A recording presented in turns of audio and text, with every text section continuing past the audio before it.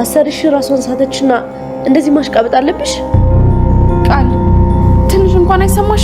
ምን እንደሆነች እንኳን አናውቅም እኮ። እባክሽ አታሽቃብጪ። አሁን ትነሳለች። ምን አንጨከና ተፈጣሪ እትዬ እባክሽ ንቂ።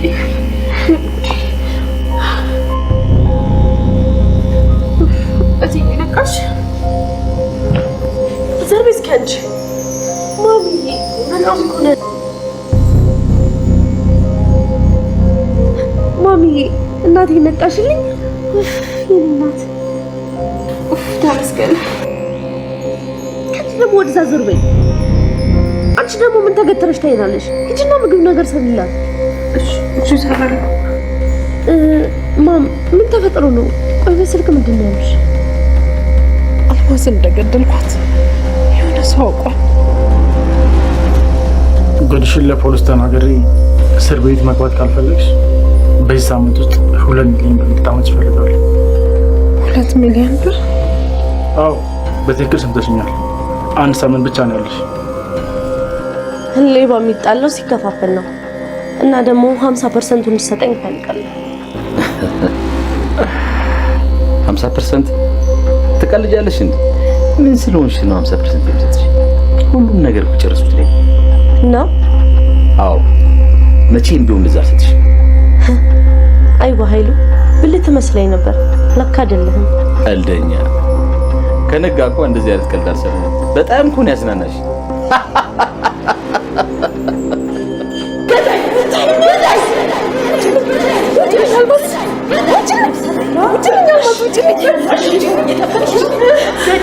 ሰላም አልማዝ አልሞተችም። ይሄ ሁሉ የባህሉ ተንኮል ነው። አሁንም እኮ ከአዲስ አበባ ውጭ ሆና ነው እንጂ አልሞተችም። በኃይሉ የገንዘብ ጥማቱ እንግዲህ ሰላምን ትልቅ ችግር ውስጥ እየጨመራት ነው ያለው ማለት ነው። እንግዲህ እሷ ያው ሰላም በእጄ የሰው ሕይወት ጠፍቷል ብላ በጣም እየተጨናነቀች ነው። ነገሩ ግን ሌላ ነው ማለት ነው። እሱ እንግዲህ ይሄንን ነገር እያደረገ ያለው ማለትም በኃይሉ ሰላምን ነፍስ አጥፍተሻል፣ ስለዚህ ብር እፈልጋለሁ እያሉ ከተባብረው እንግዲህ ብር እየጠየቁ ሊቀበሏትና ሊጠቀሙባት ነበር እያሰቡት። ግን እነሱ እንዳሰቡት አልሄደም ማለት ነው። ነገሩ ሁሉ አቅጣጫውን ስቷል። እንግዲህ ሰላም በጣም ከመጨነቋና የሰው ሕይወት አጥፍቻለሁኝ ብላ ራሷን ከማስጨነቋ የተነሳና አይምሮዋ እረፍት በማጣቱ እንግዲህ ራሷንም ልትስትና ልታብድ ችላለች ማለት ነው። እንግዲህ እነሱ አሁን እንዳሰቡት ምንም የሚሳካላቸው ነገር የለም። በኃይሉም እንግዲህ ስልክ እያስደወለ አንቺ ነፍሰ ገዳይ ነሽ፣ እንግዲህ ብር ካላመጣሽ ለፖሊስ እናሳስርሻለን እያሉ እያስፈራሩት ነው ያሉት ማለት ነው። ቃልም እንግዲህ ነገሩ ወይም ደግሞ ይሄንን ነገር እጇን ሰላም ለፖሊስ ከሰጠች ብር እንደማያገኙ ስላወቀች አንቺ ለፖሊስ እጅሽን ከሰጠሽ ራሴን አጠፋለሁ ስላለቻት፣ ሰላም ደግሞ ልጄ ራሷን ከምታጠፋ እኔ ጭንቀቱን በሙሉ ብቀበል ይሻለኛል ብላ ልትታገስ ብትሞክርም ነገሮች ግን መንገዳቸውን ስተዋል ማለት ነው። ሰላምም እየሆነ ባለው ነገር በጣም ከመጨነቋና ራሷን ከማስጨነቋ የተነሳ እንግዲህ ራሷን ስታለች ማለት ነው። በኃይሉም ነገሮች በፍጹም እሱ እንዳሰበበት አልሄደለትም። ይሄንንም ነገር ሲሰማ በጣም ደንግጧል። ነገሮችን በእርጋታ ማድረግ ሲገባው ገለሻል እያሉና ስልክ እየደወሉ እያስጨነቋት ሰላምን ራሷን እንድትስት አድርገዋታል ማለት ነው። ሌባስ እንግዲህ የሚጣላው የሰረቀውን ሲካፈል ነው የሚባለውን ነገር እዚህ ጋር እያየን ያለ ነው ማለት ነው። እንግዲህ አሁን በኃይሉ ሁሉንም አስወግዶ ብሩን ለብቻ ለመውሰድ ነው እያሰበ ያለው ማለት ነው።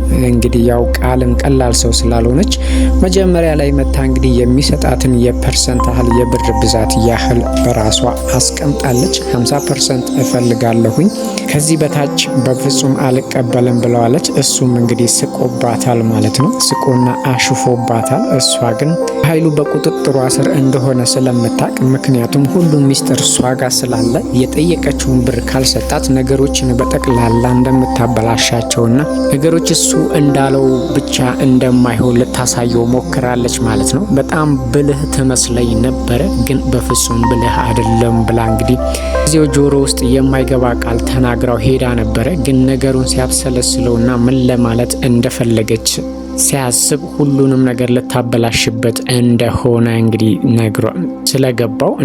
ስለገባው እንግዲህ ደውሎ በጠየቀችውን ብር ሊሰጣት ተስማምቷል ማለት ነው። እሷም እንግዲህ እዛ ጋር አይደለም ለኔ 50% ልትሰጥ ይቅርና ምንም ነገር ማግኘት አንችልም፣ ምክንያቱም ሰላም በጭንቀት የተነሳ በጣም አብዳለች፣ ሁሉም ነገር አብቅቶለታል ብለዋለች ማለት ነው። እሱም ያው በጣም ጨካኝነቱና ብር ወዳጅነቱ እህቱን እንግዲህ እስከ ማሳበድ ድረስ ደርሷል ማለት ነው። ሁሉንም ነገር ልታደርግለት ትችል ነበር። እሷ እንግዲህ እንደ መልአክ ነው የምታየው። እሱ ከጀርባዋ እየሆነ ብዙ ነገር እያሳጣት ነው። ልጇም እስሯ እያለች እንግዲህ የሌላ ሰው ልጅ አምጥቶ እሷ ስር እንድትሆን አድርጓል። የእናትንም ፍቅር ልጇም እንዳታገኝ አድርጓል። እናትም ከልጅ ጋር እንግዲህ በሰላም እንዳትኖር እያደረገ ነው ያለው ማለት ነው። አሁን ላይ ግን ያሰበው ነገር በጠቅላላ እንደተበላሸ ቃል አብስረዋለች ማለት ነው። ሰላም እስከ ወዲያኛው ድረስ አብዳለች ማለት ነው። እንግዲህ አዲስ ነገር ተፈጥሮ ወይም ደግሞ በሕክምናና ወይም አረጋግተዋት ወደ ነበረችበት ካልመለሷት አሁን ላይ ሰላም ያለችበት ነገር በጣም አሳሳቢ ነው ማለት ነው። እንግዲህ ቃልንም ልጄ አይደለሽም ብላ ከቤት አስወጥታታለች። ውጭልኝ ከፊቴም ብላ አባራታለች ማለት ነው። ይሄ እንግዲህ የሚያሳየው ምን ያህል ጭንቀታም እንደሆነችና ራሷን እንደሳተች ነው የሚያሳየው ማለት ነው። ቃልም እንግዲህ ነገሮችን ለማበላሸት አስባ ነበር፣ አልተሳካላትም ማለት ነው። እሷ መታ እንግዲህ ሰላም አልማዝን እንዳልገደለቻትና ምንም ህይወት እንዳላጠፋች ብትነግራትም እሷ ግን ይሄንን የመረዳት አቅም ላይ ስላልሆነች ራሷን ስለሳተች ምን እንደምትል ስላልገባት እንግዲህ አልማዝ ማነች ምንድነው የምታወሪው ብላታለች ማለት ነው። ቃልም በዚህ በጣም ደንግጣለች።